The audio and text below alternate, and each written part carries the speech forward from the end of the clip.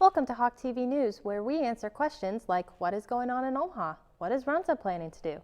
Find out this and more coming up on Hawk TV News.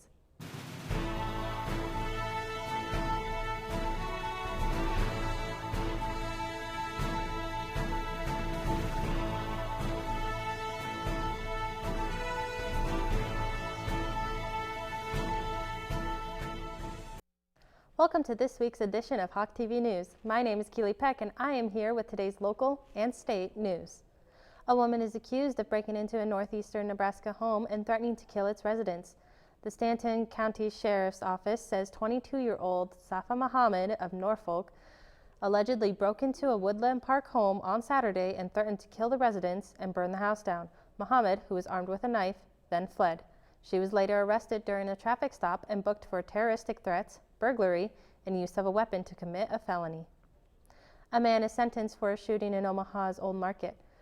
Razad Johnson was sentenced last week to 18 months probation after pleading no contest to assault and weapon charges. 3 people were shot and wounded near 10th and Harney Streets on June 18, 2022, and Johnson was arrested after leading police on a chase that ended near 42nd and Dodge. 2 of the shooting victims were in the car with Johnson at the time of the chase. A proposal in the Nebraska Senate could ease motorcycle helmet rules in the state. State Senator Ben Hanson's proposal would make helmets optional for people ages 21 years old and older if they take a safety class. Hanson argues that it is not the government's place to require motorcycle helmets. There was a spike in Omaha gas prices overnight.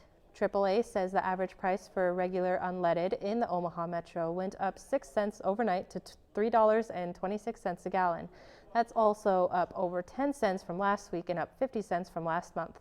The average in Council Bluffs sits at $23.2 a gallon. AAA says the rise in gas prices continues to be driven by high demand. Omaha is partnering with another city to work together on a streetcar system. On Monday, the Omaha Streetcar Authority passed a sense of understanding with Portland, Oregon, which states both cities will have to meet certain requirements this year in order for their streetcar systems to begin operating in 2026. Next up for the Streetcar Authority is to decide what the vehicles will look like, a decision that's expected to be made in March. Omaha could get its first streetcars in 2025. As if Temperature Tuesdays weren't enough, Runza is releasing a new flavor of ice cream. Runza is partnering with a Lincoln ice cream shop, which is called 402 Creamery, to roll out chili and cinnamon roll ice cream, which is a chili spiced ice cream with pieces of cinnamon roll inside. The flavor will be available at 402 Creamery locations starting on January 26th. Coming up on Hawk TV News, what's going on with Denny Doyle? And are we doomed for more snow later in the week? Find out more after this break. Hi, I'm Dr. Shelley Flace with today's tip for kids from the American Academy of Pediatrics. The nicotine in e-cigarettes is addictive and can harm brain development. That's why I worry about teens who try e-cigarettes. Many young people use pod-based e-cigarettes like Juul, which have high levels of nicotine. And because teens' brains are still developing, they can quickly become addicted. The tobacco industry uses fruit and candy flavors to attract young people, often turning them into lifelong users. For more, visit healthychildren.org. We all make choices about alcohol. Kids make choices whether to drink or not. Bye, Dad. Bye-bye. Remember, I'm going to Alex's party tonight and sleeping over. Have fun. Hey, remind me about that party again? And adults make choices whether to talk about it. That's true of parents and every other trusted adult in a kid's life. Kids want to know our expectations, and they want honest answers in everyday conversations. So talk with your kids and help lead them on a positive path. Because when you talk, they hear you. I'm a licensed practical nurse. I work in rehab, long-term care, and assisted living facilities. When I look at my residents, I see my mom, my dad, and I'm giving the respect and the care I would want. We are protectors of our residents. Their safety, their health, and happiness are 3 things that we're working on 24/7. We've taken an oath to do that, but it's in our hearts to do that. First, they said cigarettes were safe. We know how that turned out. Now, they say they didn't market e-cigarettes to teens? Fact, more than 1 in 4 high school students are vaping, and 80% say their first e-cigarette was flavored. Vaping is harmful to developing brains. The reason we think vaping is safe? Marketing. Same lies, different day. Tell Big Vape to quit lying.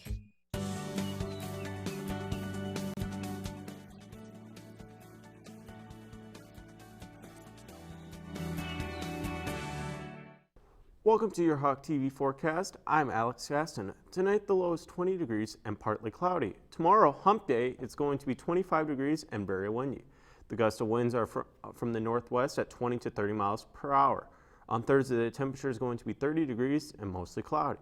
Currently, it is 30 degrees and partly cloudy. That's your latest forecast. For that anytime, log into khwkhawktv.com. Here's your national news on Hawk TV. Our first story deals with President Biden. His comments about banning assault rifles were made moments before meeting with congressional Democrats at the White House. They also come after 2 deadly mass shootings occurred in California just days apart. He said Vice President Harris will be visiting the state soon.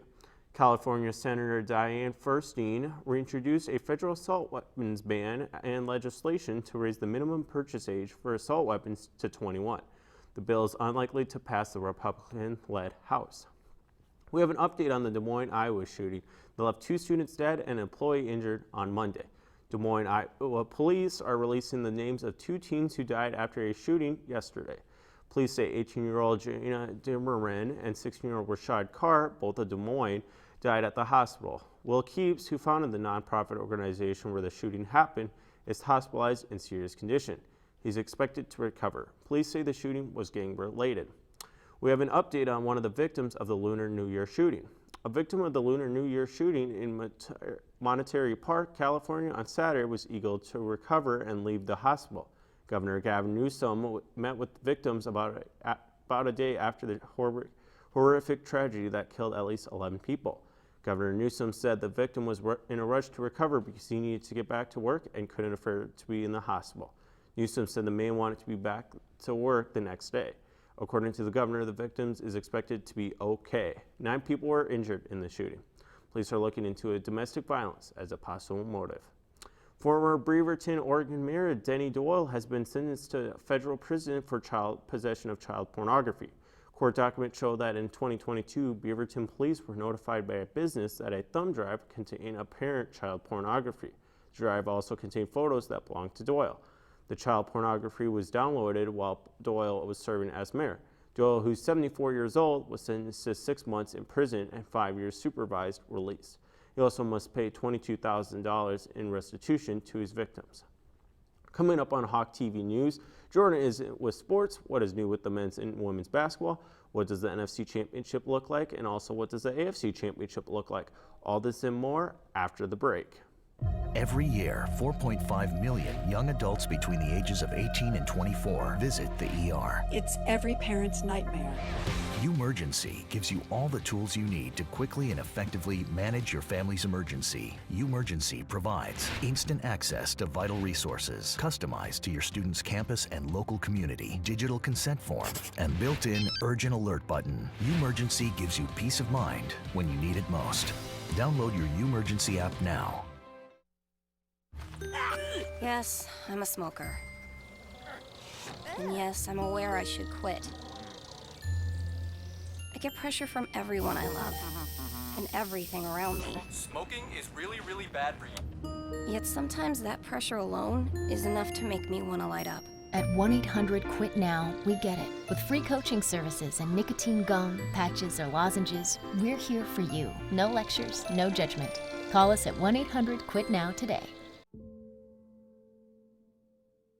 I was given a prescription opioid pain medication that lasted a lot longer than the pain itself. And within only a few months, I was completely addicted. I lost everything. And I started to watch my life slip away. These drugs are addictive. One prescription can be all it takes to lose everything.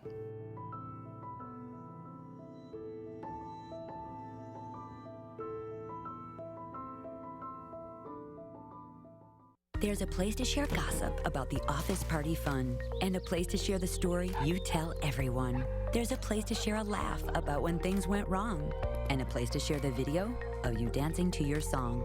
There's a place to share spare change, lunch, and your time. But we could all be better at sharing how we're feeling inside.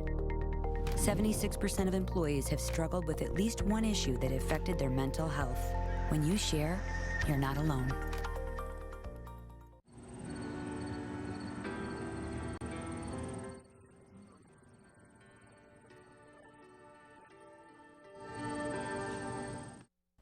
Welcome to Sports Focus. I'm Jordan Stevens.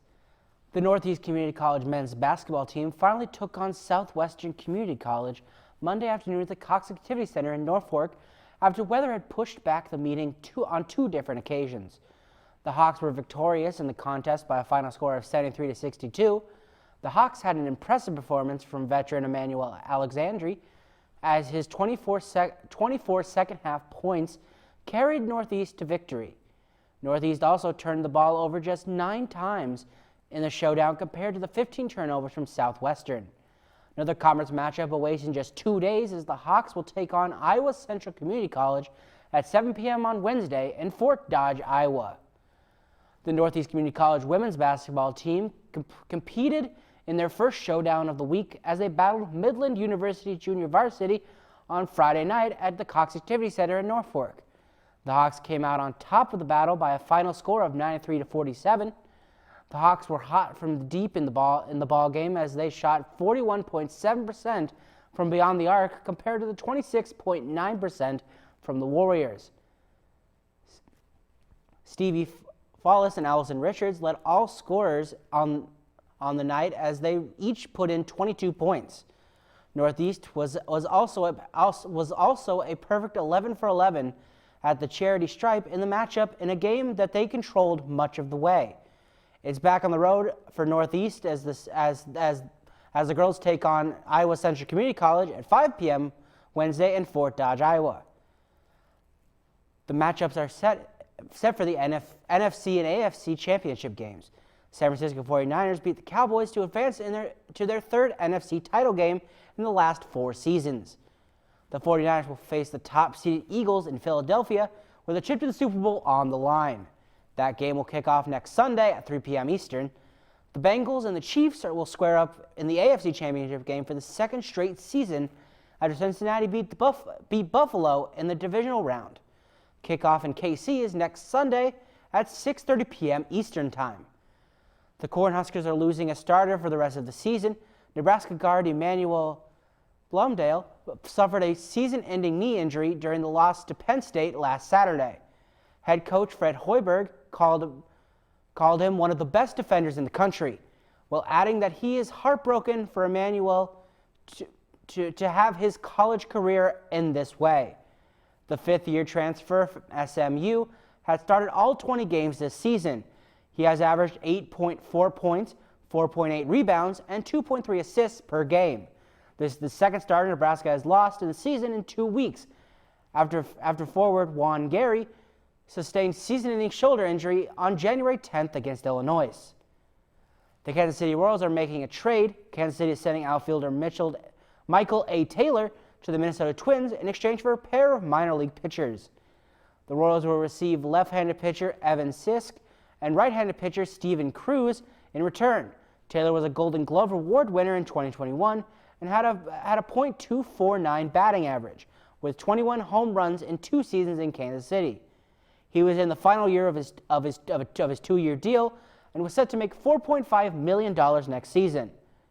Coming up on Hawk TV News, Oscar nominations, some sad Sesame Street news, all this and more coming up on Hawk TV News.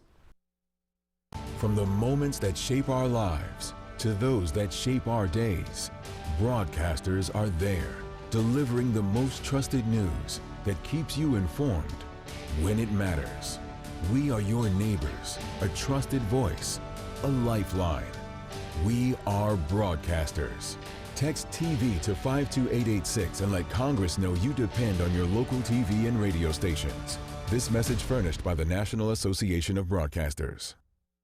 I have a voice and the freedom to express it. I have my faith as a freedom of religion. I find the truth and have the freedom to share it. I have a cause and the freedom to peacefully assemble. I have a concern and the freedom to petition my government. Think first. Know your 5 freedoms of the First Amendment. Go to thinkfirstamendment.org to learn more. My dad's addiction and death from overdosing on opioids has taught me it's likely that everybody knows somebody who is struggling with this very problem. Losing my mentor, my best friend, he took one pill too many that ultimately killed him.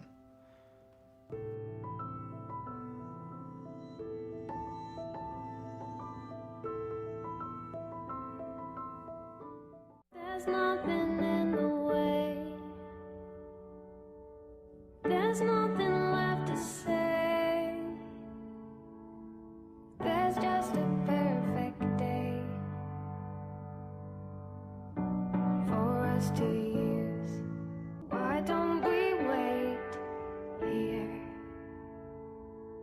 I just wanna stay here now.